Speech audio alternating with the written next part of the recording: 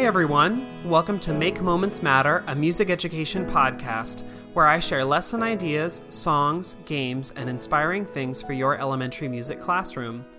My name is David Rao, and I am the music teacher who blogs at makemomentsmatter.org. This episode of the podcast is a replay containing the audio version of a Musical Mondays live video. If you're not familiar with Musical Mondays, every Monday night at 8 p.m. Eastern Time, I go live on Facebook and Instagram to share about the lessons that I'm using in class with my students. I give a recap of my kindergarten through 5th grade lessons, and then do a deep dive about one grade level and share the books, instruments, songs, and process that I use to teach the lesson to kids. This podcast episode contains all the audio from the Musical Mondays video, but if you'd like to see a replay of the video itself, you can find a link to the archived video on YouTube when you click the link in the notes for this episode. Thanks so much for tuning in. Here's the show. Hey everyone, my name is David Rao, and I'm the music teacher who blogs at makemomentsmatter.org.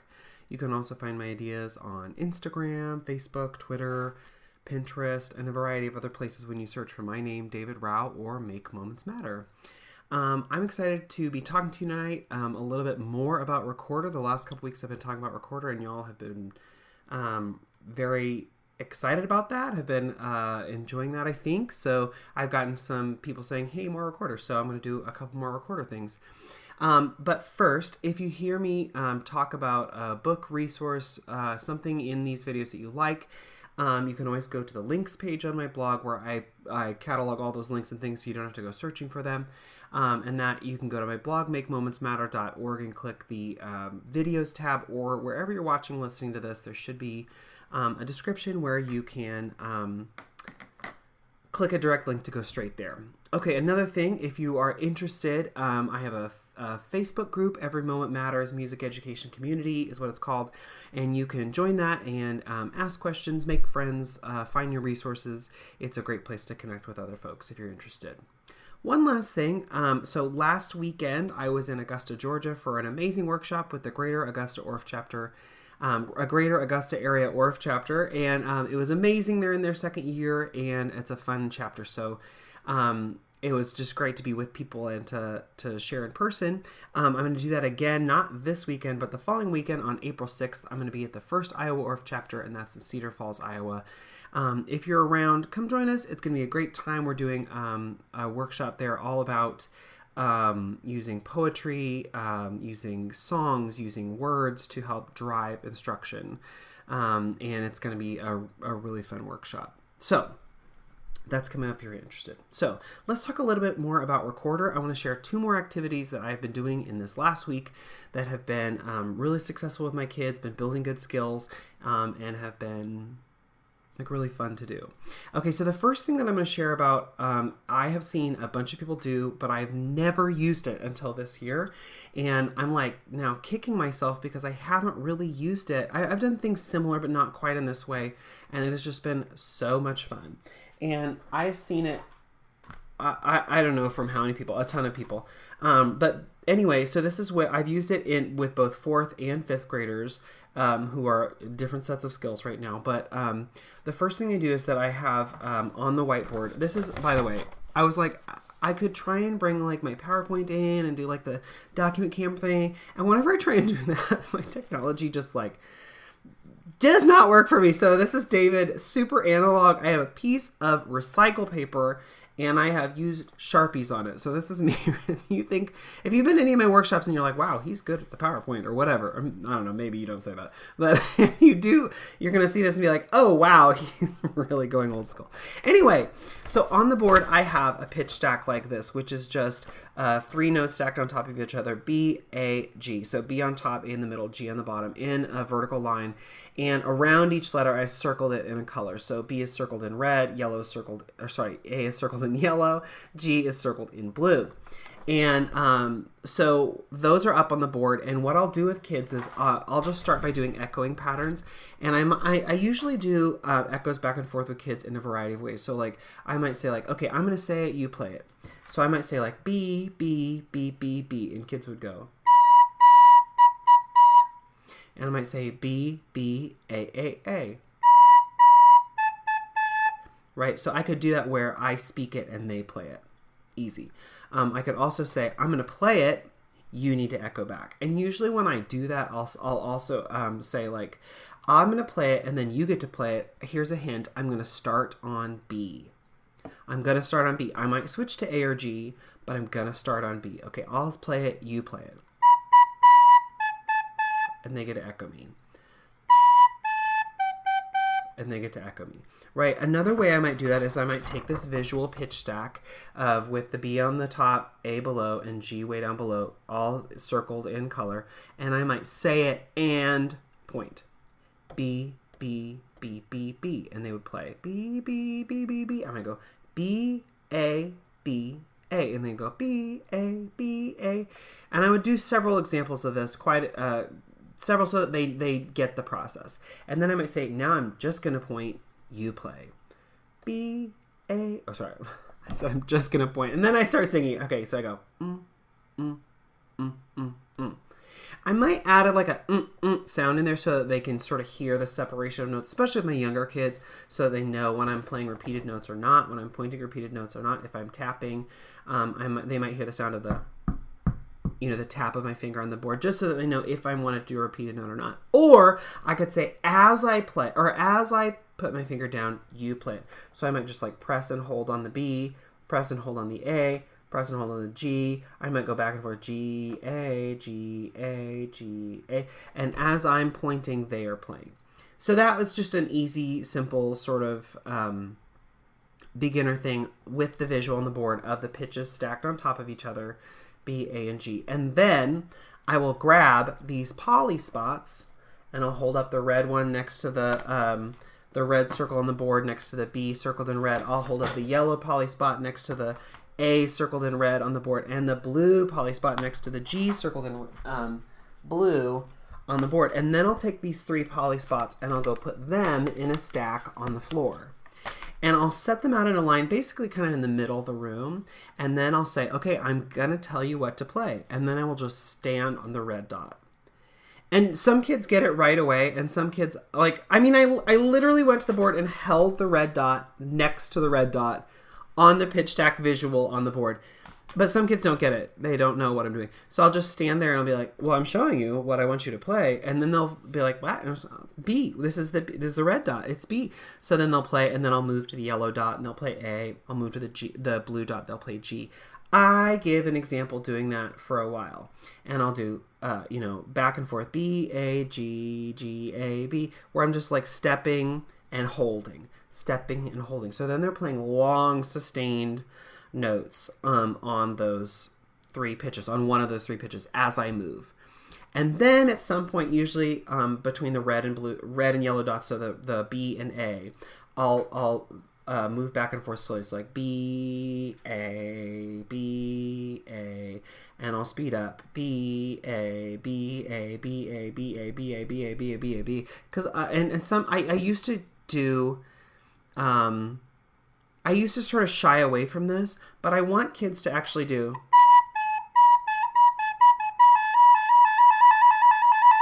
Because they want to do it anyway. I want them to feel confident with the movement, but then that also, if they're going to do it successfully, it forces them to actually be able to drop in those notes on those on the whole. So like to actually be able to flutter that sound, it actually challenges them in some sort of fun ways. Also, as I'm doing that, I can differentiate between a flutter like da da da da da da and bum bum bum bum bum, but like a steady beat or something else. So I'll show them both and have them react both ways, and I'll say, but no, there's a difference. One time I'm going, and another time I'm going. So there's a difference. You got to play the right one. Okay, so.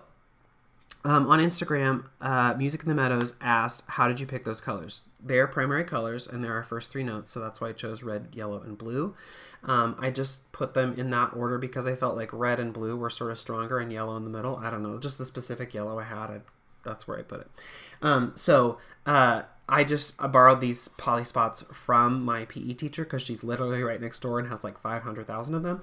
But I also put a link on the links page if you're interested and you're like, what are poly spots? If you want to get your own, you can.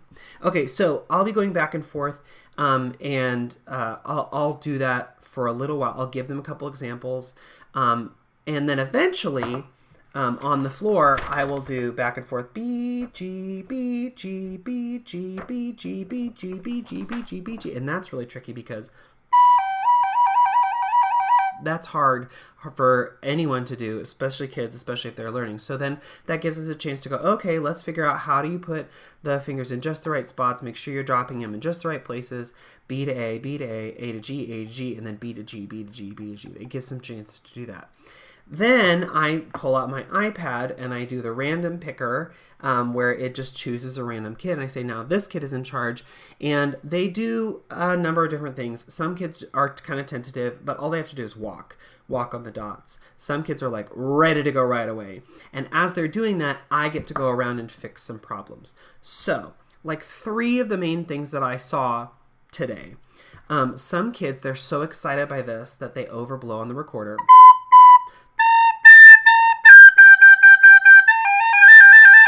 That happens a lot. And that gives me a chance to sort of swoop in and one-on-one as that other kid, the kid is in charge of the movement of notes, to swoop in and be like, oh, okay, you are blowing too hard. Do you hear how it's doing that whistle, that bird call sort of thing? You want to be careful of that. And then we can talk about that one-on-one. And then it's not like me calling them out in front of their friends. It's like me ducking in and being like, ooh, hey, I hear that you're doing that. Up an octave, let's fix that. And we talk through and fix that. That's one of the big problems I see. Another big problem I see is some kids who, when they get to the flutter sort of a thing, back like between BA, BA, BA, BA, BA, they start lifting up and just doing like silly, like whatever fingers and pulling off their first finger as well. And that is not a note that they know yet or at all. It's just like random craziness. So that gives me a chance to say, okay, that is fun and you are switching a lot. However, that is not what the kid is showing you. So you need to make sure you're doing exactly what the kid is showing you. And remember that in 4th grade, there's not going to be a note that we learn where you take off your thumb and your first finger. You will always have your thumb and your first finger pinching the recorder in 4th grade. You will always, always, always have that. So you should never, ever, ever bring that up. And then the third thing is, so there's the kids jumping up into the super high register. There's the kids who are not really following along or are taking up too many fingers. And that's fun for me to be able to don't talk about that. I can also hit all those like simple things like kids with their right hand on top instead of their left hand on top, moving hands in the wrong places, accidentally covering the wrong holes, fingers dropping in the wrong place. So I can get all these little basic things that I would go around. And the one that, this gets me the most is I don't use chairs in my room. I use sitting on the floor. And so one of the things that I see a lot is kids who want to like bring their knee up because they want to sit with their knee up.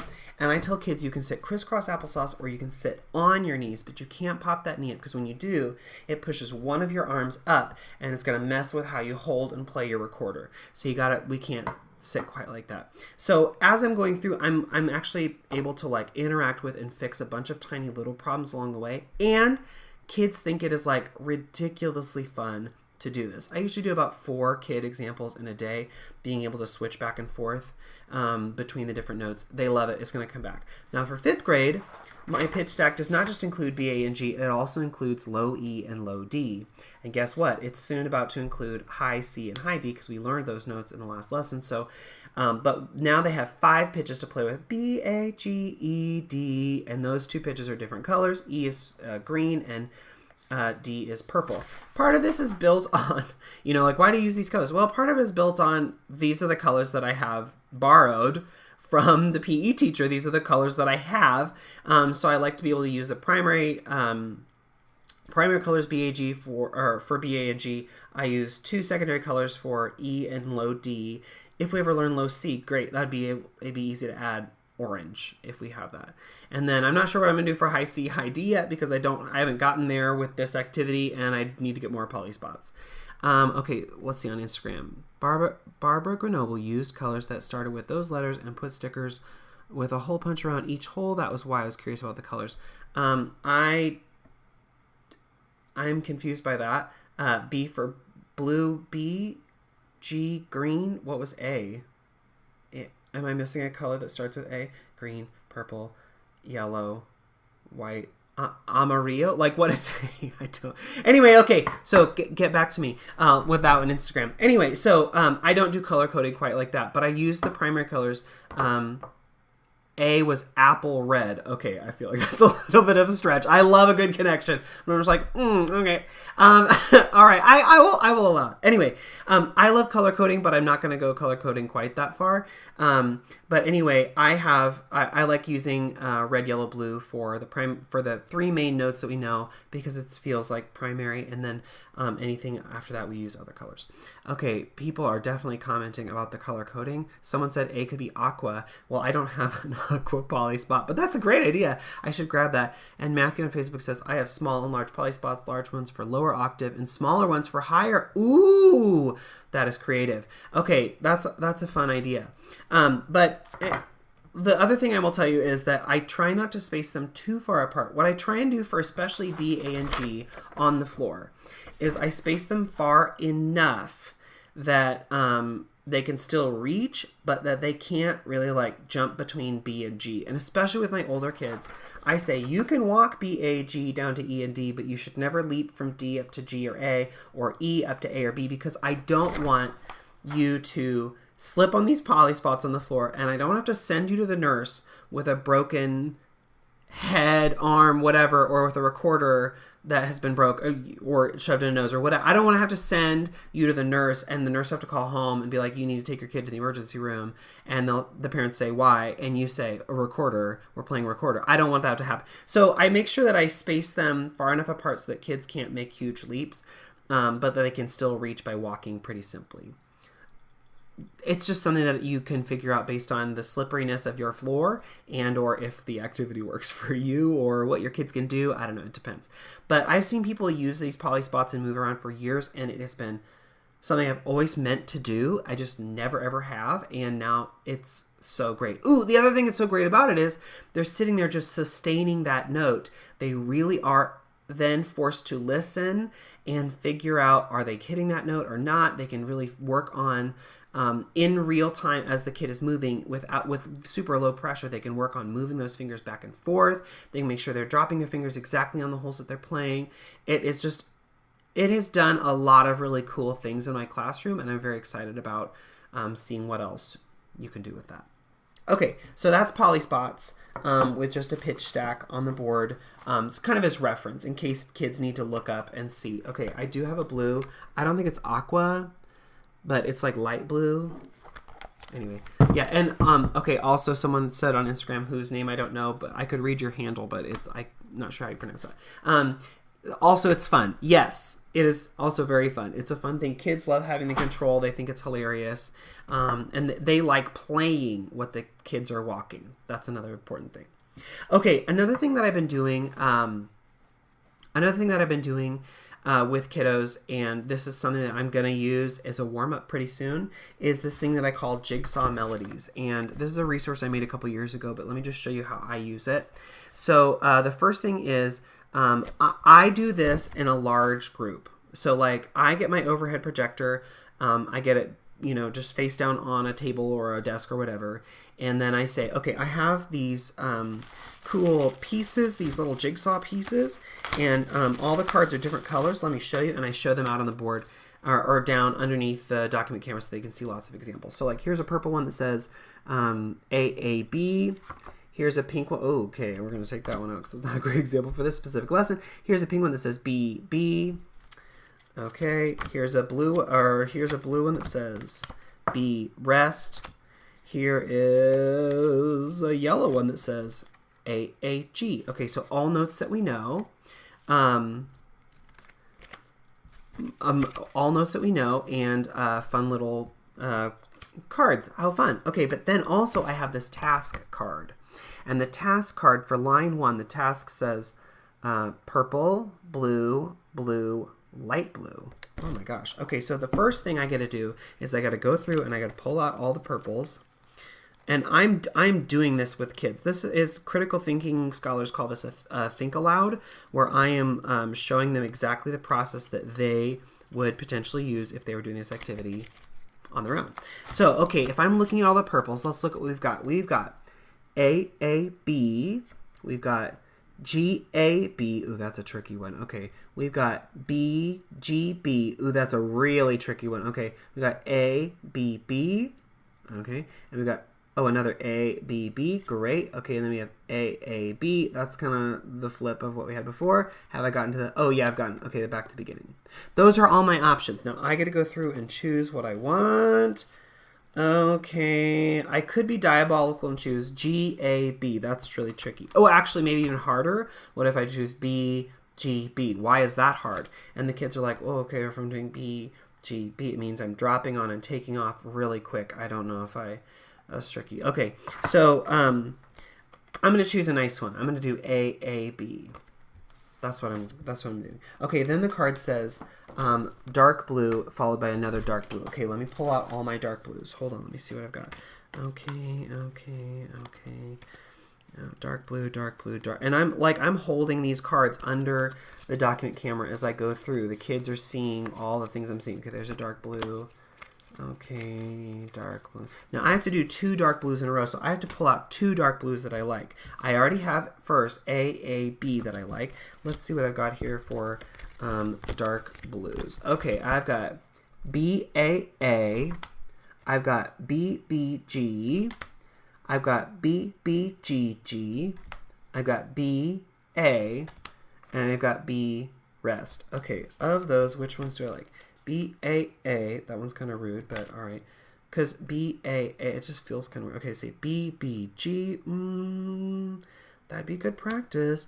B-B-G-G, oh, that almost goes with the other one. Maybe they should go together. B-A, no, too easy. Okay, I'm going to choose B-B-G, B-B-G-G. Okay, so I'm going to put that down. And so far I have, in my lineup, I have A-A-B, B-B-G, B-B-G-G. Let's see what our last card is going to be. And the task card says the last card needs to be light blue with a little orange puzzle piece. Okay, let's see what we've got. And again, this is all happening underneath the document camera, so they're just looking up at the whiteboard and they're seeing this. I'm not holding it out in front like I am for you all, but I don't have a document camera at home. Okay, let's see. There's another one. Okay, I've got a lot of options in here. Okay. Okay, I'm not going to use that one yet. Okay, let's see. All right, let's see. Do I have any other light blues? Ooh, here are a couple at the end of the stack. All right. Okay, so the notes that or the cards that I have for light blue, I have G-A-G. I have G-B-G. Ooh, that's a rude one. All right, let's see. Ooh, this one. Sorry, upside down. I have G-A. Or sorry, A-G. I'm reading backwards. And I have G-Rest. Okay. Well, if I'm being honest, me, the music teacher, G-Rest sure feels like a great end. But if I'm going through with kids, I'm probably going to say G-A-G. Don't like that one. That one's a lot of quick switching. I mean, I could be diabolical and I could try it. G-A-G. I don't know. It might work, actually. Anyway, G-B-G. No, I don't like that. I don't like the B-Gs. Just kidding. I do, but okay. A-G. That'd be fine. G-Rest. Okay, if music teacher in me is like, end on a rest. End on a rest. But you know what? I'm not gonna. I'm gonna end on G-A-G. I'm gonna challenge us. Okay, so because I used the little pattern, the task card says I have to use purple, blue, blue, light blue, and that's what I did. And what I came up with is A-A-B, B-B-G, B-B-G-G-G-A-G. Okay, so then our process, remember, is read it first. So A-A-B, B-B-G, B-B-G-G-G-A-G. Okay, then we have to do finger practice. Okay, so that's with the recorder resting on your chin, the mouthpiece just resting on the chin, and then my fingers are playing, but I'm not playing. My fingers are doing the playing, but I'm speaking still. Okay, A-A-B, B-B-G, B-B-G-G-G-A-G. I'm going faster than I would with kids, but okay. And probably because it's on an overhead, I would just point along as I go. Then we get to play it. Ready? Here we go.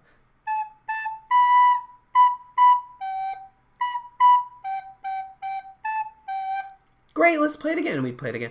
And I would say, you know what? It does say purple, dark blue, light blue. And right now I have purple, light, or dark blue, and I have, the first dark blue is BBG, the second one is BBGG, but what if I flipped them? Let's play it with them flipped. Okay, so then I would have, let me play it.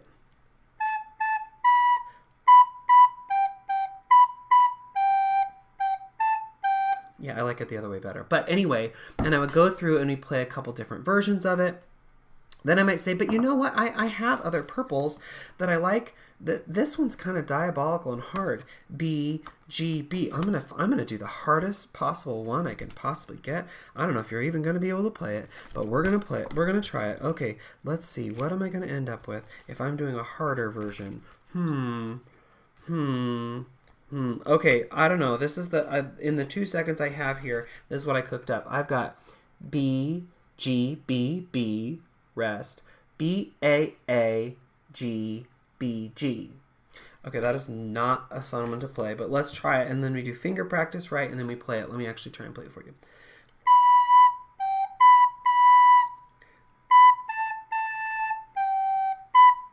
That's tricky for kids because there's a couple times where they have to switch between B and G, and for my younger kids, this would be tricky. My older kids, they'd be like, whatever. So with these classes, what I do in the first couple lessons is we do it under the overhead. We do it as a whole class. I walk them through this exact process where I say, okay, well, the card says I need a dark blue. Here are my dark blues. I like this one because I don't really think I want to do this one because, and I walk them through and show them why I'm choosing, what I'm choosing, and all of that. Then, in a week later, I'll do the process again, and then I'll use my random picker, again, just randomly picking a kid, and I'll say, come up, and here, remember, I pulled out all the light blues and all the dark blues and all the purples. You get to change 2 of the cards that we did. So I have 4 cards that I chose. You can use the bank of extra cards we have and change one out.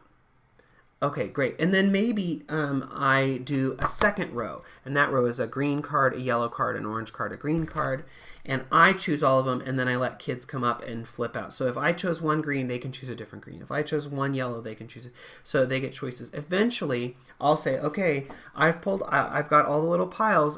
You get to make your own choice, and the choice for task 3 is red, purple, orange, purple. You get to choose. I have them all ready here for you. You choose whichever one you want. So eventually it's going to become a center so that kids in small groups and centers can work on this on their own. But I like to do centers as whole group activities first. I find they're more successful, that kids are way more successful doing it on their own if they've seen it modeled in class, if they've seen us work through it in class, and if they've seen me make choices. Say like, I don't really want to end on that because it ends on a toddy and that feels kind of weird for me.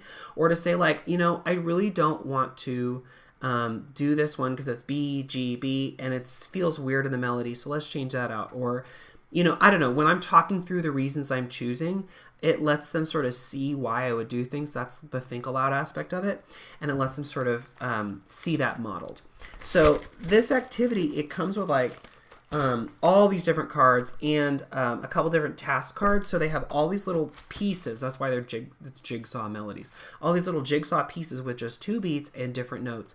And then a bunch of task cards where they can put things together in different ways. It tells them what they can do. At the bottom of the card, there's like a blank gray one that says you choose. That means any color they want. I don't care. But then some that are filled in for them. So like a you choose, a light blue, a you choose, and a green. It's like a scaffold. It's letting them make some choices, but not all choices. It gives them, because sometimes when kids have too many choices, it's too much, it's overwhelming. And so I gave them some of the choices in here, and they get to make the choice on their own.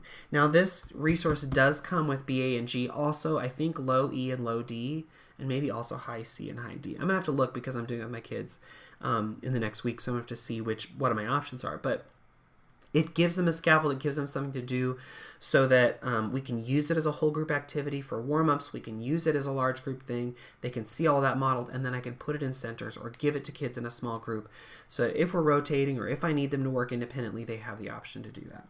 And this is called Jigsaw Melodies. I put a link on the links page. It's also in my TPT store, but I put that link there in case you want to just not have to go find it, but it's there. Okay, so tonight, Polyspots and Jigsaw Melodies, it gave you a couple ideas about what you could do with kids for differing activities in the classroom, how you can scale them. So for both activities, you can do just BAG, you can do BAG plus low E and low D, you can add high C and high D. It's totally up to you, but it gives you some ideas about how to use these in a couple different ways in your classroom. Like I said, if you're liking all this recorder stuff, leave me a comment saying, yay, more recorder stuff. If you're like, that's enough, we want to move on to something else, that's fine too, but tell me what you think in the comments. I'm just in a recorder I'm doing a lot of recorder stuff right now with my kids, so it's really fresh for me, so it's easy for me to jump in and talk more about recorder. But if you're like, no, I don't we want to move on to something else, we've had enough recorder, that's fine too. Please let me know. All right, well, I'm going to see y'all next week for another Musical Mondays video. Have a great night, everyone, and I'll see you in a week. Bye, everyone.